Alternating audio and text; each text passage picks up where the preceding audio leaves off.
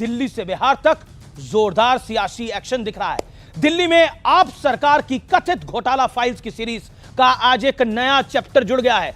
शीश महल और शराब के घोटाले के बाद अब दिल्ली के हेल्थ सिस्टम को लेकर भी आम आदमी पार्टी फंसती हुई दिख रही है। और हालात यह हैं कि लोकसभा चुनाव में आपका हाथ थामकर खड़ी कांग्रेस भी अब केजरीवाल को सबसे बड़ा घोटालेबाज बता रही है। उधर बिहार में भी सियासी मोर्चा खुल गया है। तेजस्वी यादव का दावा है कि भारतीय जनता पार्टी नीतीश कुमार की जेडीयू को समाप्त करने के मिशन में जुट गई है और जेडीयू को समाप्त करना चाहती है भारतीय जनता पार्टी। यह बड़े गंभीर आरोप है, लेकिन जेडीयू कह रही है कि तेजस्वी यादव पहले अपना घर संभाले। लेकिन इसी बीच विपक्ष को घेरने के लिए बीजेपी ने बहुत बड़ा मुद्दा उठा दिया है। बीजेपी कह रही है कि अरविंद केजरीवाल, राहुल गांधी, उद्धव ठाकरे, तेजस्वी यादव और ममता बनर्जी जैसे नेता वोट बैंक के डर से कुंभ में डुबकी लगाने के लिए नहीं गए। उन्हें ऐसा लगा कि अगर वो ऐसा करेंगे तो उनका सेकुलरिज्म डोल जाएगा, डूब जाएगा। तो जनता जनार्दन के बीच इसी सबसे बड़े मुद्दे के ऊपर आज सबसे बड़ी बहस, सबसे बड़ी चर्चा देश के सबसे लोकप्रिय कार्यक्रम में।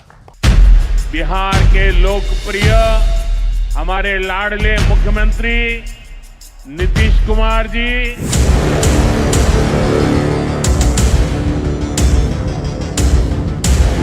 हरियाणा में कांग्रेस का विकेट गिरा। महाराष्ट्र में 3 दलों वाले अघाड़ी का विकेट गिरा। दिल्ली में केजरीवाल का विकेट गिरा। अब विपक्ष टकटकी लगाए बिहार की तरफ देख रहा है, जहां करीब 8 महीने बाद चुनाव है और यहां मौजूदा सीएम नीतीश कुमार के बेटे निशांत कुमार की राजनीति में एंट्री को लेकर सियासत गर्म है। निशांत हमारे भाई हैं, हम तो चाहेंगे कि भाई जल्दी आ जाए, नहीं तो भाजपा खा जाएगी जदयू को। बिहार सरकार का मंत्रिमंडल विस्तार नहीं था, ये बीजेपी का मंत्रिमंडल का विस्तार रहा है। बड़े बड़े जदयू के जो नेता हैं केवल तन जदयू में है, मन और दिल जो है, दिमाग सब बीजेपी में है। जिस दिन निशांत जी को राजनीति में आना होगा, निशांत जी को राजनीति में आने से कोई रोक नहीं सकता है। तेजस्वी जी की ना नसीहत की जरूरत है, तेजस्वी जी की ना सुझाव की जरूरत है। हालांकि कुंभ में कई विपक्षी नेताओं की दूरी को बीजेपी ने अभी से बड़ा सियासी मुद्दा बनाना शुरू कर दिया है, क्योंकि दावा हुआ था कि राहुल गांधी, प्रियंका वाड्रा, केजरीवाल ये सब कुंभ स्नान के लिए जाएंगे। वो एक पवित्र स्थान है हमारे लिए, वो देवभूमि है। निश्चित तौर से हम जुड़े हैं वहां से, हमारे लोग, हम भी जाएंगे और पूरी लीडरशिप, पूरा नेतृत्व जाएगा। क्या महाकुंभ में डुबकी लगाने के लिए अरविंद जी और आप लोग भी जाएंगे?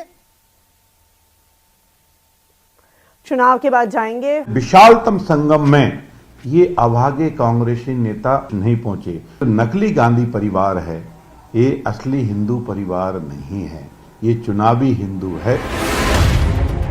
इधर दिल्ली में सत्ता गंवाने के बाद केजरीवाल पर एक के बाद एक मुसीबतों का पहाड़ टूट रहा है, क्योंकि दिल्ली की बीजेपी सरकार ने आपकी कथित घोटाला फाइल्स खोल दी है। एक के बाद एक पिछली सरकार की धांधली के खुलासे हो रहे हैं। केजरीवाल सरकार की जो दिल्ली में हालत थी वो तो ये थी जहाँ हाथ लगाओ वहीं भ्रष्टाचार किया है।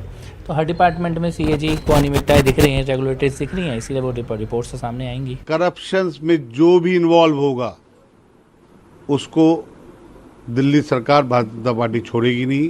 पिछली सरकार ने जो जो कमियां की हैं, जो जो घोटाले किए हैं, उस सब के ऊपर हम जांच करवाएंगे।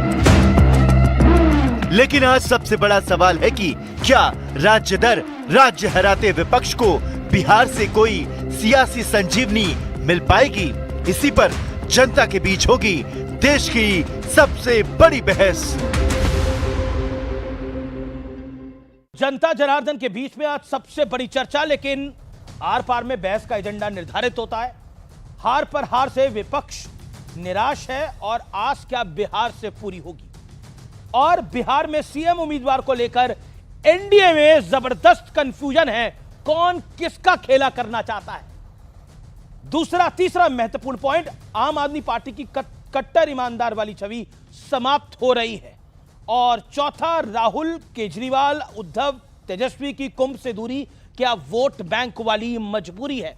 तो ये आज के 4 बड़े एजेंडे हैं और मेरे साथ मेहमानों का एक बड़ा पैनल है। स्वागत करिए, अभिनंदन करिए माधव अनंत का। प्रवक्ता है आरएलएम के डॉली शर्मा, प्रवक्ता है कांग्रेस पार्टी की, ऑफिशियल प्रवक्ता कांग्रेस पार्टी की। मेरे साथ आज की इस चर्चा में रीना गुप्ता है, प्रवक्ता आम आदमी पार्टी की, राजकुमार भाटिया समाजवादी पार्टी के प्रवक्ता और प्रदीप भंडारी है भारतीय जनता पार्टी के नेता प्रवक्ता। तो जोरदार तालियों से आप सबका अभिनंदन है। इस चर्चा की शुरुआत करते हैं। तो इस चर्चा की शुरुआत में माधव आनंद आप ही को लेकर आते हैं और 40 सेकंड में आप जवाब दीजिए, बिहार में खेल क्या चल रहा है? कौन किसके साथ खेल रहा है?